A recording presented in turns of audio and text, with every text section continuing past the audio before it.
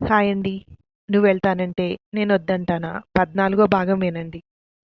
అటు నుండి ఫోన్‌లో చెప్పేది మౌనంగా వింటోంది మధు.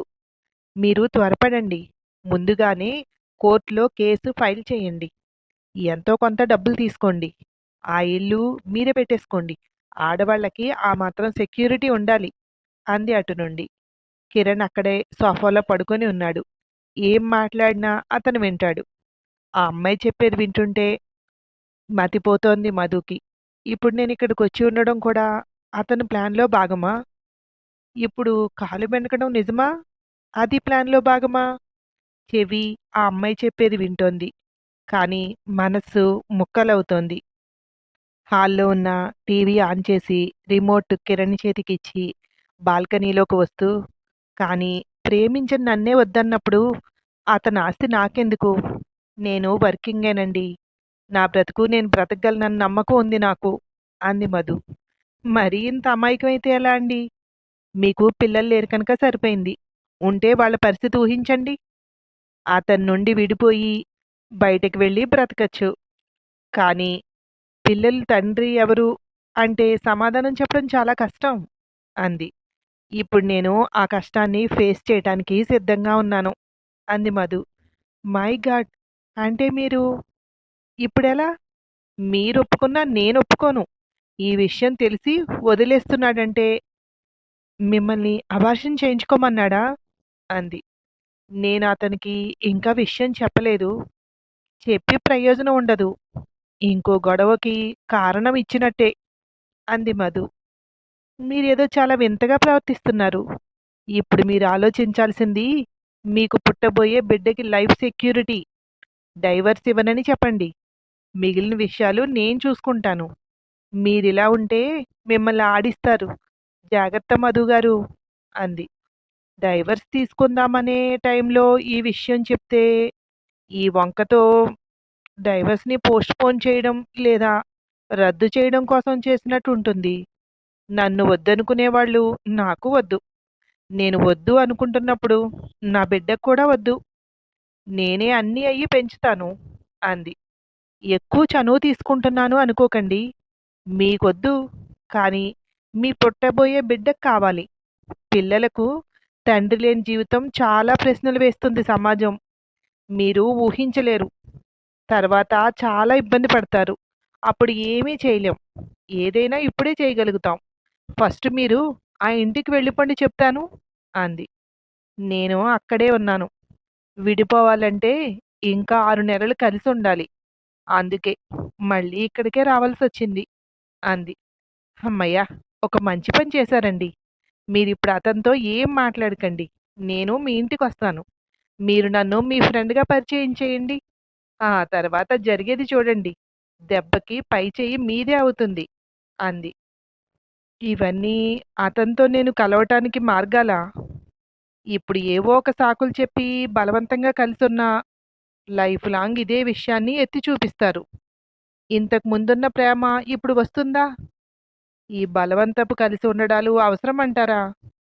మళ్ళీ పెళ్లి చేసుకోవాలి అనుకునేవాడితో ఎన్ని రోజులు కలిసి ఉండగలను? ఎప్పుడూ నా తప్పులు వెతుకుతూనే ఉంటాడు అంది. మీకు తెలియదు మధు. జస్ట్ నన్ను పరిచయం చేయండి ఫ్రెండ్‌గా. అతనే మిమ్మల్ని డైవర్స్ వద్దు అని అడిగేలా చేస్తాను. దీంతో మీకెలాంటి సంబంధం లేదు. జస్ట్ నేను మీ ఇంటికొచ్చి 2 డేస్ ఉంటానంతే అంది. ఏమో! ఇదంతా డ్రామాలా అనిపిస్తుందేమో!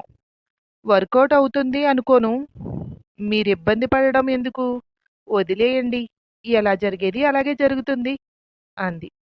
మనకి పరిచయం లేకపోయినా నేనింతలా మాట్లాడుతున్నాను అంటే మీరు నన్ను కొంచెం అర్థం చేసుకోండి. అతి చనువు చూపిస్తోంది. వాళ్ళ మీదున్న కోపం నా ద్వారా తీర్చుకోవాలనుకుంటుంది. ఇలా అస్సలు ఆలోచించకండి. నాకు వాళ్ళ మీద పగేమీ లేదు. మీ విషయం తెలిసి నేనే రిజెక్ట్ చేశాను అంది. లేదులెండి. అర్థమైంది నాకు. మీరు నా మంచి కోసమే చెప్తున్నారు. కానీ ఇదంతా విన్నాక నాకస్సలు అతనితో కలిసి ఉండాలి అని లేదు అంది మధు. ఒకరి జీవితం ఇలా అవుతుంటే పుట్టకుండానే తండ్రికి దూరంగా ఒక బిడ్డ ఉంటుంది అనుకుంటేనే కొంచెం కష్టంగా ఉంది మధుగారు. నేను సాటర్‌డే మార్నింగ్ మిమ్మల్ని కలుస్తాను. నేను ఎవరని అతనికి చెప్పకండి. మనిద్దరం ఫ్రెండ్స్ అంతే. ఉంటాను మరి. మీరు మనసులో ఎలాంటి కష్టం పెట్టుకోకండి. ఇప్పుడు మీరు చాలా హ్యాపీగా ఉండాలి. అప్పుడే బిడ్డ ఎదుగుదలకు మంచిది. సరే బాయ్.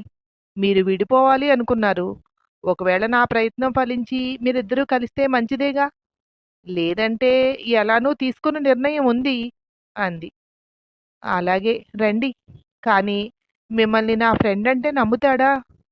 మోసం చేస్తున్నాము అనుకుంటాడు. మిమ్మల్ని వాళ్ళ అమ్మా నాన్న కూడా చూశారు. ఇది ఎటు తిరిగి ఎటొస్తుందో అంది. నేనున్నాను కదా! అన్నీ నేను చూసుకుంటాను. మీరు నేను చెప్పినట్టు చెయ్యండి చాలు. కథ నేను నడిపిస్తాను. బాయ్ అంది. కాల్ కట్ చేసి లోపలికొచ్చి సోఫాలో కూర్చుంది. ఇప్పుడు టీవీ ఎందుకు ఆన్ చేసినట్టు? అన్నాడు కిరణ్. నేను ఫోను మాట్లాడుతున్నాను. అందుకే మీకు టీవీ ఆన్ చేశాను అంది. అర్థం కాలేదు. నువ్వు ఫోన్ మాట్లాడితే టీవీ ఎందుకు ఆన్ చేయాలి? ఓహో! నీ మాటలు నేను వింటాననా? అన్నాడు. అలాగే అనుకోండి. అమ్మ చేసింది. అమ్మకు మళ్ళీ మీతో పాటు ఇక్కడున్నట్టు తెలియదు. గమ్మున మీరు మాట్లాడినా, ఒకవేళ దగ్గినా కనిపెట్టేస్తుంది. అందుకే బయటికి వెళ్ళాను. ఏంటి మీ ప్రాబ్లమ్ ఇప్పుడు? మనం డైవర్స్ తీసుకుంటున్నామని తెలిసి మళ్ళీ కలుస్తున్నామంటే వాళ్ళలో ఏవో ఆశలు చిగురిస్తాయి కదా! ఎందుకని? అంటూ లోపలికి వెళ్ళిపోయింది. నువ్వింకా భోజనం చేయలేదు అన్నాడు వెనక నుండి. అదొక్కటే తక్కువ నాకిప్పుడు అంది లోపల నుండి. పెళ్లి చూపులకు వెళ్ళాడని తెలిసింది. ఆ అమ్మాయితో మాట్లాడాను. నాకొస్తున్న కోపానికి మొహం మీద అన్నీ అడిగి వదిలేసేదాన్ని. కానీ అతను పెళ్లి చూపులకు వెళ్ళాడు అని నాకు తెలిస్తే రేపటి నుండి ఫోటోలు చూపించి ఈ అమ్మాయి బావుందా? ఈ అమ్మాయి బావుందా? అని అడిగితే తెలియనంతసేపు అది దాపరికంగా ఉంటుంది. తెలిసిందంటే జరిగేదదే. నా వల్ల కాదమ్మా అవన్నీ. తనొస్తానంటుంది కదా! రాని. నాకొస్తున్న కోపాన్ని కంట్రోల్ చేసుకుని నార్మల్‌గా ఉండాలి. అతనికి ఎదురు పడాలంటేనే చిరాగ్గా ఉంది. మగవాడి ప్రేమ వాళ్ళకి అనుకూలంగా ఉన్నంత సేపే ఉంటుందన్నమాట. ఇంకో పెళ్ళికి సిద్ధమయ్యాడు అంటే ఇతన్నేమనాలి? ఈ మాటలు జీర్ణించుకోవడానికి చాలా సమయం పట్టింది నాకు. నేను ఇంట్లో నుండి వెళ్ళాక ముందు నుండి ఈ ఆలోచన ఉండుంటుంది. లేదంటే ఇప్పటికిప్పుడు ఇంత ఫాస్ట్‌గా పెళ్లి చూపుల వరకు వెళ్ళడు. విడాకులు కాకుండా పెళ్లి అంటే ఇబ్బందని. లేకపోతే ఈ పాటికి పెళ్లి అయిపోయేది. అలా సైలెంట్‌గా కూర్చుని ఆలోచిస్తోంది. వాళ్ళమ్మ ఫోన్ చేసుంటుంది. మా అమ్మలాగే మళ్ళీ పెళ్లి చేసుకోమని అలా ఏదో విసిగించుంటుంది. అందుకే అంత చిరాగ్గా ఉంది. ఇప్పుడు సెకండ్ మ్యారేజ్ అయినా అమ్మాయిలకి ఈజీగానే కుదిరిపోతున్నాయి. మధు కూడా నాలాగే ఒప్పుకుందా? అక్కడ పడుకుని ఆలోచిస్తున్నాడు కిరణ్. ఆకలేస్తోంది. తినకుండా ఉండకూడదు. లేచి వచ్చింది మధు. అప్పటికే సోఫాలో లేడు. రూంలోకి వెళ్ళి పడుకుని ఉంటాడు. మగవాళ్ళు తీసుకున్నంత ఈజీగా ఆడవాళ్ళు ఏ విషయాన్ని తీసుకోలేం అనుకుంది. భోజనం చేసి టాబ్లెట్ వేసుకుని హాల్లోనే వాకింగ్ చేస్తోంది. కులం తక్కువని నన్నే వద్దనుకున్నారు వాళ్ళు. నా కడుపున పుట్టిన బిడ్డను ఒప్పుకుంటారా? నా మీద కాకుండా తల్లిదండ్రుల మీద ఎక్కువ నమ్మకం పెంచుకున్నాడనుకుంటా. లేదంటే వాళ్ళు చెప్పిన వెంటనే పెళ్లి చూపులకు వెళ్ళాలా?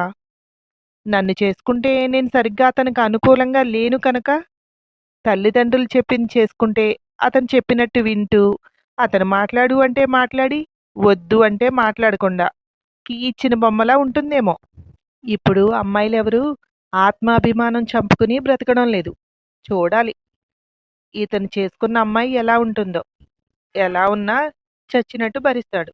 లేదంటే వాళ్ళ వాళ్ళు ఏదైనా అంటారు. కేసు పెడతారనే భయం ఉంటుంది కదా! అలా ఆలోచిస్తూ కూర్చుంది మధు. ఆ తర్వాత ఏమైందో మరో భాగంలో వినండి. Thank you.